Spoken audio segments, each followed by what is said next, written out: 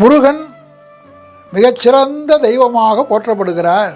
இந்த முருகனை வணங்கினா கந்தனை நினைந்து வந்தனை பாடு என்று சொல்கிறார்கள். சஷ்டியில் விரதம் இருந்தால் அகப்பையில் வரும் என்று சொல்கிறார்கள். முருகப்பெருமானுக்கு அருமையான பண்டிகைகள் விளங்குகிறது. வருடத்திற்கு ஒரு முறை கந்த சஷ்டி வருகிறது, மாதத்திற்கு ஒரு முறை கிருத்திகை வருகிறது, வாரத்திற்கு ஒரு முறை வெள்ளிக்கிழமை வருகிறது.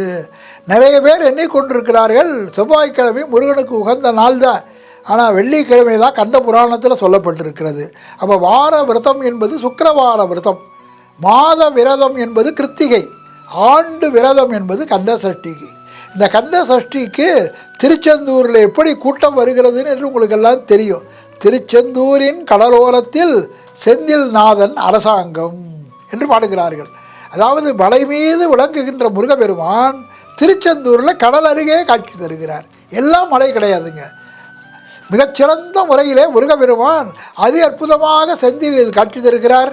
அந்த கண்வரும் தினம் பிறகிட சந்ததம் வந்து கண்டு அறிவையற்கு அன்பு உருகு சங்கதம் தவிர முக்குணம் மால செந்திலே போய் நிற்கின்றார் நம் சந்த அருணகிரிநாதர். அதி அற்புதமாக பாடுகிறார். திருப்பரங்குன்றம் என்கிற முதற் படை வீடு, திருச்செந்தூர் என்கிற இரண்டாம் படை வீடு, திரு ஆவினன்குடி என்கிற மூன்றாவது படை வீடு, சுவாமி மலை திருவேரகம் என்று நான்காவது படைவீடு சொல்கிறார்கள். ஐந்தாவது படைவீடு குன்றுதோர் ஆடல், அதில் சிறந்த திருத்தணி. ஆறாவது படைவீடு பழமுதிர் சோலை. இப்படி 6 படை வீடுகளில் முருகப்பெருமான் விளங்குகிறார். முருகனுக்கு எல்லாமே ஆறுங்க. அதனால தான் பாம்பன் சுவாமிகள் என்ன தெரியுமா செய்தார்? 6 6 6 என்று வைத்து 6666 பாட்டு பாடினார்.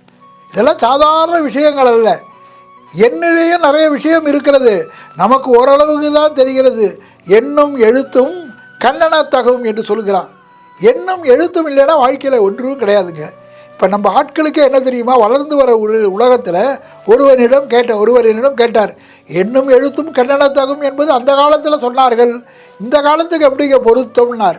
உடனே நான் என்ன தெரியுமா சொன்னேன், இந்த காலத்திலும் அதுதான் பொருத்தம். என்ன காரணம் தெரியுமா?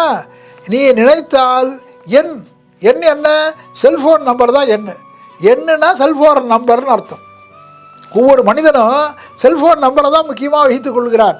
ஆகவே நண்பர்கள் அந்த காலத்தில் இருந்தார்கள், இந்த காலத்தில் நண்பர்கள் கிடையாது, நம்பர்கள் தான் இருக்கிறது, எல்லாம் நம்பர் தான். ஆகவே நம்பரை வைத்து கொண்டு அப்போ எண்ணும் எழுத்தும் கண்ணனத்தகும்னா செல் நம்பர் தான் எண்ணு. எழுத்துன்னு என்ன தெரியுமா? Email address.